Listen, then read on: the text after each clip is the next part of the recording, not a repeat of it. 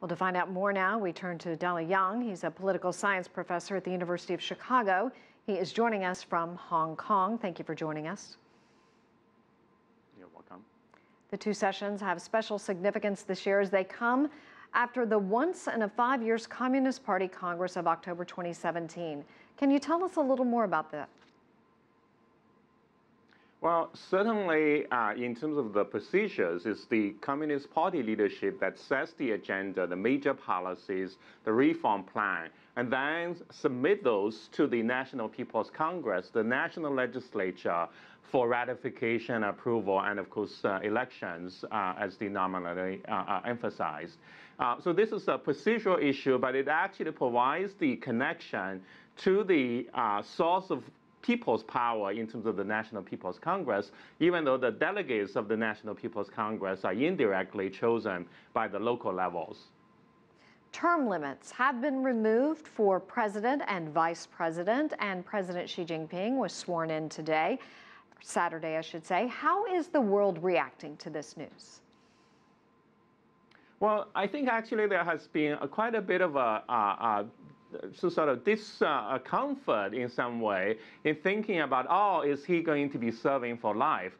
In fact, however, the mandate for doing so is to enhance his power and also so that he can undertake reforms, so that he can have a longer time horizon over the more than the next 5 years, instead going to 10, even 15 years. Of course, in this case, a lot of anticipations are there, both within the party, and of course, once you do have that kind of power, you have to deliver. And I think actually the expectations from the people are very, very high, and particularly because the Chinese economy is slowing down, there are anxieties about how the economy is going to be sustained, whether it continues to be innovative, and so on.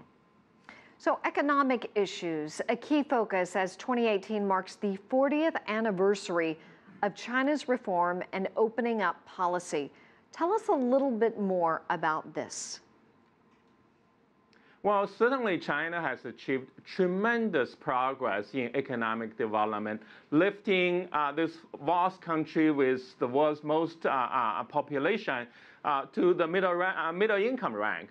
The challenge, of course, at this point is there are a lot of issues that also have emerged in the process. So the government reforms, for example, are designed to enhance the bureaucratic efficiencies of the central ministries, consolidate the fragmented powers spread across many, many bureaucracies, make them more effective. But the challenge, however, is also that such an economy requires greater room for people to innovate and also greater opportunities for people to choose. How do you combine the greater policing powers of the central government with greater room for people to innovate? That's a challenge for many governments around the world, and also certainly for China as well. But of course, this is the 30th anniversary, so we do expect actually, besides the emphasis on consolidation of power, there would be continuing efforts to reduce burdens on business and so on. Well, Dali Yang, we certainly appreciate you joining us from Hong Kong.